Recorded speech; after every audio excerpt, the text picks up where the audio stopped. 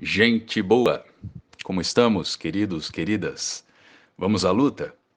Hoje nós temos uma videoaula sobre a expansão territorial do Brasil colônia. Nesta videoaula, a gente vai trabalhar com certos conceitos que levaram o Brasil além do Tratado de Tordesilhas. Quer dizer, nós vamos fazer aqui uma análise de certos empreendimentos, de certas empresas que conduziram o Brasil ao seu dinamismo geográfico, de modo que o Brasil mais do que dobrou de tamanho, quase que o Brasil triplicou na sua dimensão territorial. Desses empreendimentos nós temos as entradas e as bandeiras que devem ser comparadas, pecuária, drogas do sertão e mineração também. Para essa aula especificamente, nós vamos trabalhar com entradas, pecuária e drogas do sertão. Para a próxima aula trabalharemos com os bandeirantes e para a outra mais adiante com mineração. Essa divisão é importante, é mais adequada, tendo em vista o peso de se trabalhar sobre a história dos bandeirantes e a história da mineração para o Brasil e principalmente para os vestibulares paulistas, que são o nosso foco. Para compreender essa expansão de Brasil em dimensões praticamente continentais, a nossa interpretação vai ser algo do tipo assim. He left us. He left us.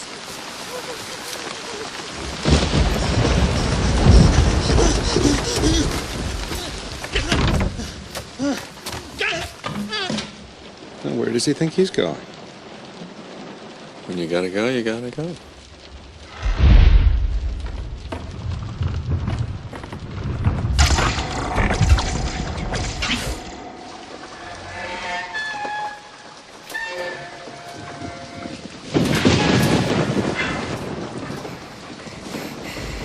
Dr. Grant?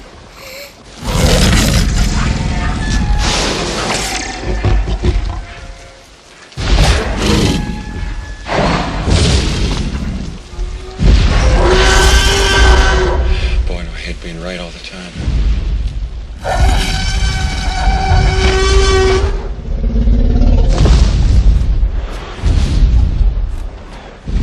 Keep absolutely still.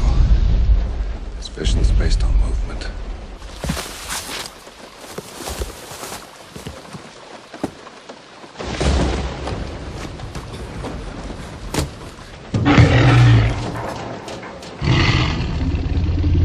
Turn the light off. Turn the light off.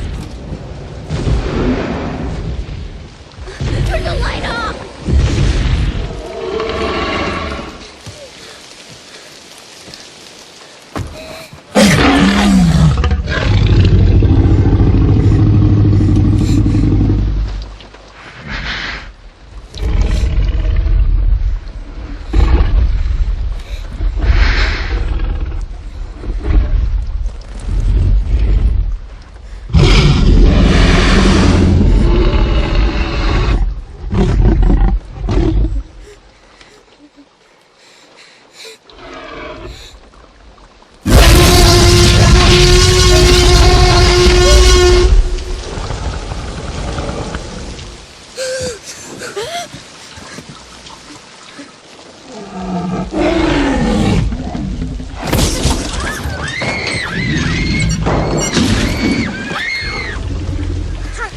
Turn it off!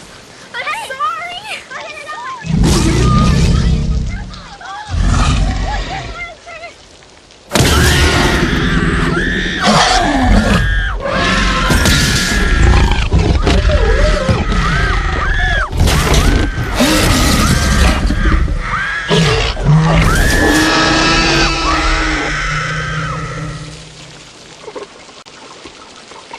E lá na região amazônica nós teríamos os famosos padres da Companhia de Jesus.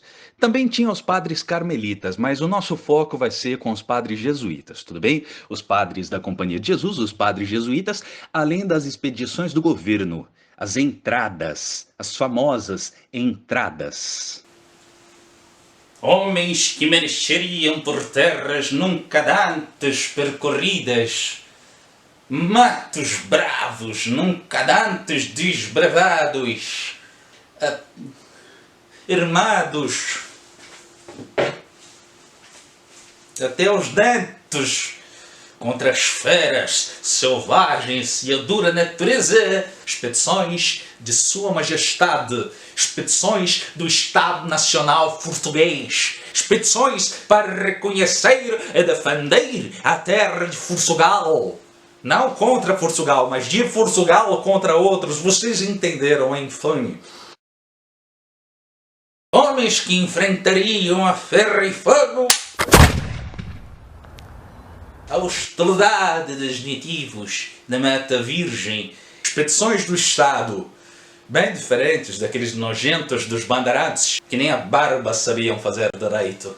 Então a gente caracteriza assim, são expedições oficiais da coroa portuguesa, com o objetivo lógico de defesa do território e também, por conseguinte, natural, o reconhecimento do território. Daí a construção de alguns fortes do tipo fortalezas. Muitas fortalezas nós podemos ver no litoral brasileiro, viu, gente? Nordeste nós podemos ver, aqui no Sudeste também.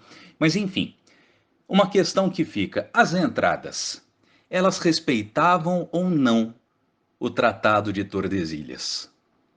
Pensa. Olha, quando você não sabe como começar um raciocínio, tenta se colocar na história como participante dela. E tenta se colocar de acordo com a sua realidade, de acordo com aquilo que você conhece. Como pensando do tipo assim, tropas oficiais, olha, eu destaquei ali na definição, está em vermelho. Tropas oficiais do governo hoje. O Exército Brasileiro, por exemplo.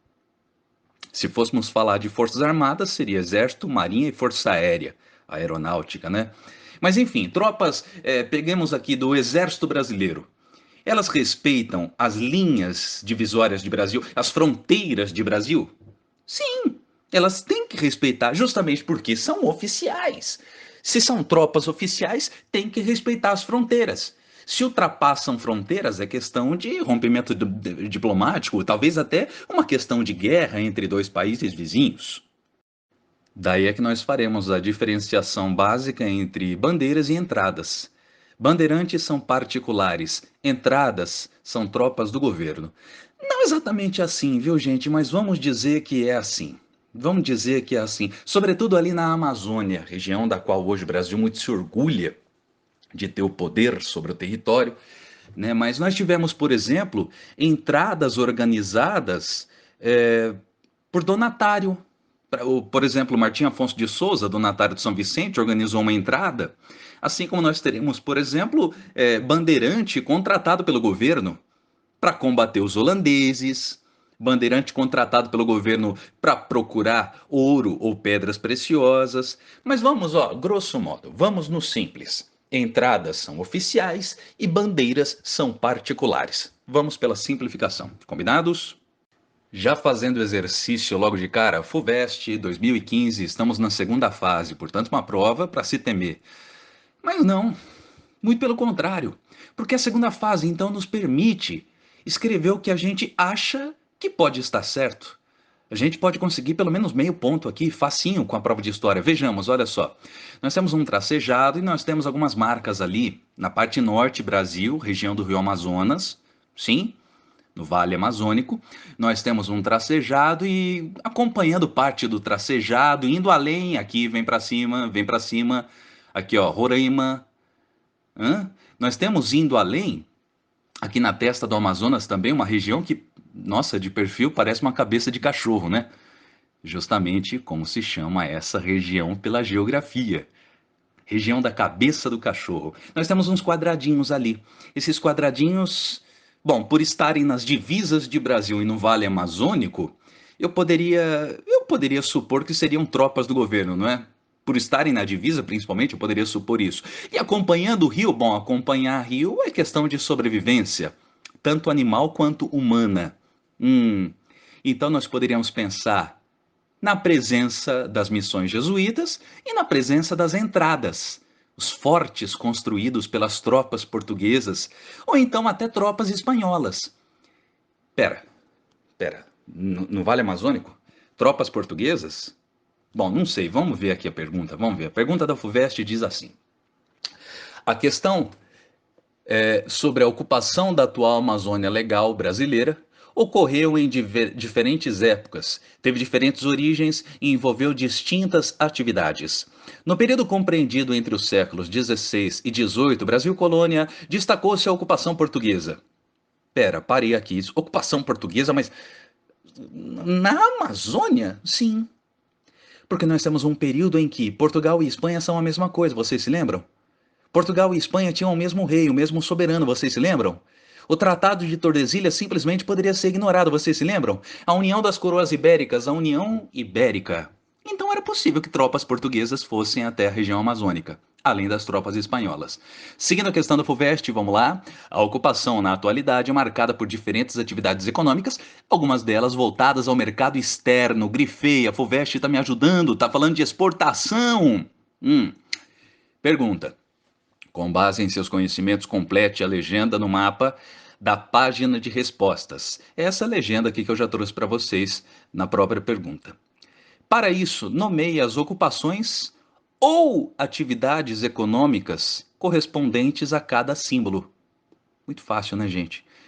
Poderíamos falar da ocupação portuguesa, ocupação espanhola, ocupação por jesuítas portugueses, ocupação por jesuítas com uma certa atividade econômica. Que atividade econômica poderia ser essa? A gente vai ver uma atividade econômica logo na sequência. Com os jesuítas junto aos índios. Eu poderia chutar que seria também exploração de madeira? Sim, por que não? A exploração dos recursos fluviais, quer dizer, exploração pela pesca. Sim, poderia colocar também, por que não? Já no século XX e século XXI, eu estou vendo as flechinhas subindo ali, subindo pelo Mato Grosso, vamos chamar de Mato Grosso do Norte, entre aspas, né? Também avançando um pouquinho ali para Rondônia, vem comigo do lado aqui direito, avançando sobre o Pará, e um círculo ali, uma circunferência dentro do Pará. Século XX e século XXI, diz a legenda. Então, ocupação e atividade econômica, ocupação... não. A FUVEST está me sendo ainda mais democrática, está me sendo ainda mais aberta a possibilidades. Ocupação ou atividade econômica. Então eu posso chutar. Peça isso para o professor de geografia. Fique com a interdisciplinaridade.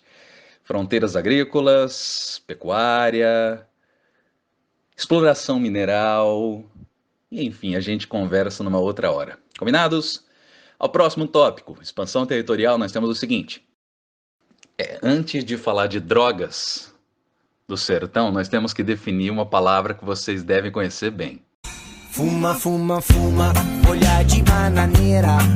Fuma na boa, só de brincadeira. Isso aí é pra matar gente. Droga não é bom. Droga acaba com a vida. Droga te condena. É melhor você comer um prato bom, um tampão, com amor, com emoção. Droga não é bom. Droga é cocô. E aí nós podemos colocar a definição, que também tem a ver com o nosso querido mestre Jacan, viu? Cala a boca! Eu não quero mais te ver hoje! Você é vergonha da profissão! Nas palavras do ilustre literato, o sertão está em toda parte. O sertão está dentro da gente. Levo o sertão dentro de mim. E o mundo no qual vivo é também o sertão. De Guimarães Rosa, leiam Grande Sertão Veredas. É muito bom, gente. É muito bom. Inclusive, busquem a terceira margem do rio, ensimesmada. Mas enfim, olha, pegando aqui por Guimarães Rosa, nós poderíamos pedir licença para a literatura, jogar com a redação para colocar denotativamente dentro da geografia e voltar para a história. Entendeu ou não? Repito, vamos com a literatura. Com licença, redação, me ajuda aqui na função denotativa apenas na primeira linha, na primeira frase, no primeiro verso dessa oração maravilhosa. O sertão está em toda parte. Para aí, interpreta comigo. O sertão está em toda parte, vírgula, que não o litoral. Caiu na geografia. O sertão está em toda parte, portanto, definição de sertão é qualquer parte de Brasil que não seja o litoral. Quer dizer, interior do Brasil. Saí do litoral, entrei para o Brasil. Estou indo para qualquer região do interior, eu estou falando de sertão. Então não é apenas região nordeste, não é apenas o famoso sertão nordestino. Falando de sertão, estamos falando de interior do Brasil. tá certo? Interior, é melhor falar com esse R retroflexo de interior. Vocês são caipira, né, gente? A maioria dos meus alunos fala interior, né? Esse R retroflexo é do índio, sabia, né? O R que faz um retrô, a ponta da língua que vai lá pro fundo da boca, que vai lá alcançando a amígdala, interior, leva a ponta da língua lá pro fundo. Não vamos ficar fazendo exercício de língua agora, nós temos que ter aula, vamos mais. Tá aqui, ó. Drogas do sertão nós teríamos como resinas aromáticas e como que for possível comercializar da Amazônia. Os jesuítas calculam o trabalho do índio aí, com conhecimento do índio, para muito lucro que eles possam ter. Mercado interno ou até mercado externo. Esses produtos são as grandes drogas do sertão. Vem comigo desde ali, ó. Desde ali da esquerda de cima. Tipo esses olhinhos aí brotando do vermelho. É o que se usa para fazer guaraná. Guaraná. Embaixo, o que que é? Eu tenho certeza que tem gente que falou jabuticaba. Ai, que saudade de sala de aula, meu Deus do céu. Não é jabuticaba, gente. Isso aí é açaí. Açaí. Do lado. Castanha do Pará. Brazil Nut, castanha do Pará. Do lado da castanha do Pará, cacau. Para quem não sabe, cacau é o que se usa para fazer chocolate, viu, gente? Daí aquele produto achocolatado da Nestlé. A Nestlé transformando o cacau. Nescau, né? Não recomendo, tem que tomar Toddy. Tem que tomar Toddy. Quem pelota e Nescau não é bom. Não tem tempero, não tem amor, não tem sabor. Vamos mais. A castanha, o Nescau não, né? O cacau, desculpa. O cravo e a canela estão sempre juntos, né? Pimenta, todo mundo conhece. Ali em cima da pimenta, aquelas bolinhas vermelhas. Se usa para fazer corante, se usa para fazer tempero. É tempero. Verdade, tudo isso aqui é tempero. Isso é verdade de Jacá. O que é isso aí, fazer tempero? Índio usa para pintar também. O urucum. Urucum. É que vocês não cozinham, né, gente? Você nunca vai ser chefe. Você não tem talento. Você nunca vai ser cozinheiro. Não sabe nem partir lenha. Não sabe nem ferver água. E debaixo, ali no cantinho direito, nós temos essência para muitos bolos gostosos. Essência baunilha. Baunilha, os favos de baunilha. Bom, as missões jesuítas também podem ser chamadas de reduções jesuítas. Imagina assim, ó, nós temos uma vasta área, do tipo pensando na Amazônia mesmo, né? Nós temos uma vasta área com várias tribos, várias tribos, diferentes etnias, inclusive, entre essas tribos. Bom, o trabalho do jesuíta é reunir essas várias tribos e reduzir a distância entre elas. A distância geográfica, a distância cultural entre elas. Reduzindo essas tribos num local, é a missão jesuíta, que eu posso então chamar de redução jesuíta. Aqui nós temos o esqueminha que seria mais ou menos assim, a redução jesuíta ou a missão jesuíta. Vem ali da direita comigo, ó. Nós temos pés de laranja, laranjeira, né? Pessegueiros, Cotiguaçu, não sei o que é Cotiguaçu, pô, dá uma pesquisada. Casas, para os espanhóis, cabildo. Tá vendo aqui cabildo? Junto essa área central para o convívio. Convívio de todo mundo, convívio geral. A parte central ali em frente à igreja. A área de convívio geral. Colégio, oficina, lá atrás a horta, pomar, curral. Maravilha, é isso aí então que seria o básico de uma missão jesuíta. Estrebaria onde se cuida de cavalos. Estrebaria lembra estribo. Estribo é onde você coloca o pé para subir na sela e aí montar a cavalo. A parte central ali, o que seria importante para o convívio entre jesuítas e indígenas, a praça.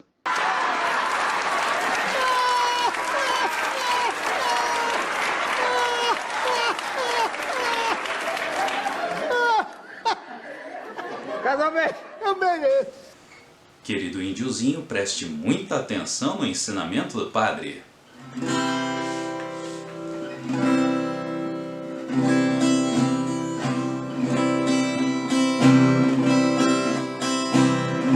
Difícil, né? Música do tipo Guarânia. Guarânia, justamente ligada aos índios. Guarani. Uma canção muito famosa dessa época foi esta aqui, ó. Lá do século XVI. Muito cantada pelos índios e os padres nas missões jesuítas.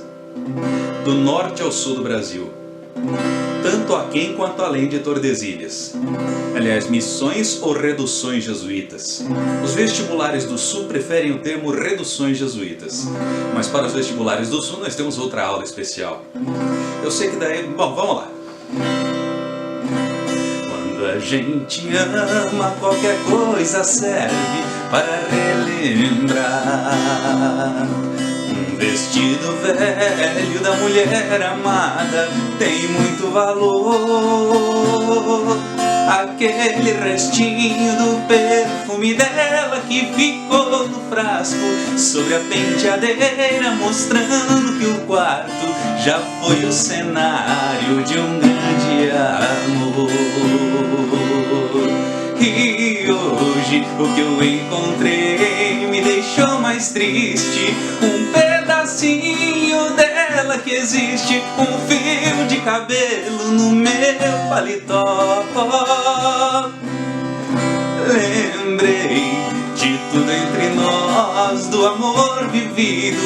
Aquele fio de cabelo comprido já esteve grudado em nosso suor.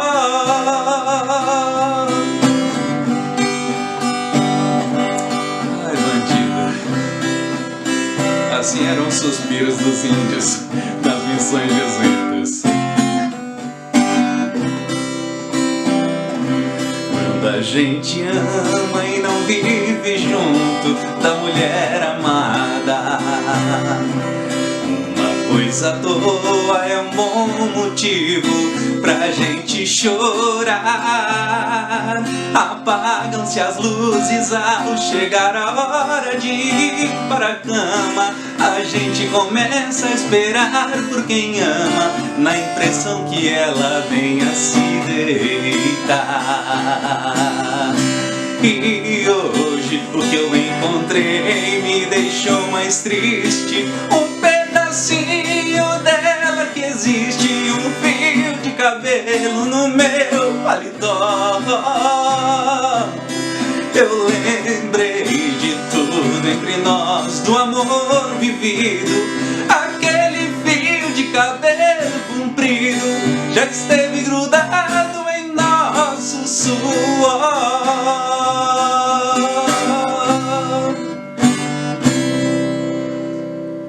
Eita, nós, saudade. Cuidado vocês aí das lives, hein? Tô entrando pra concorrer.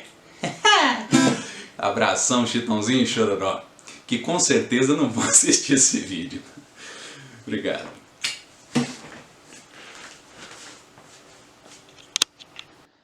Bom, gente boa, temos aqui 20 minutos de aula, vamos dar um intervalinho. Daqui a pouco a gente volta com a segunda parte da aula. Valeu!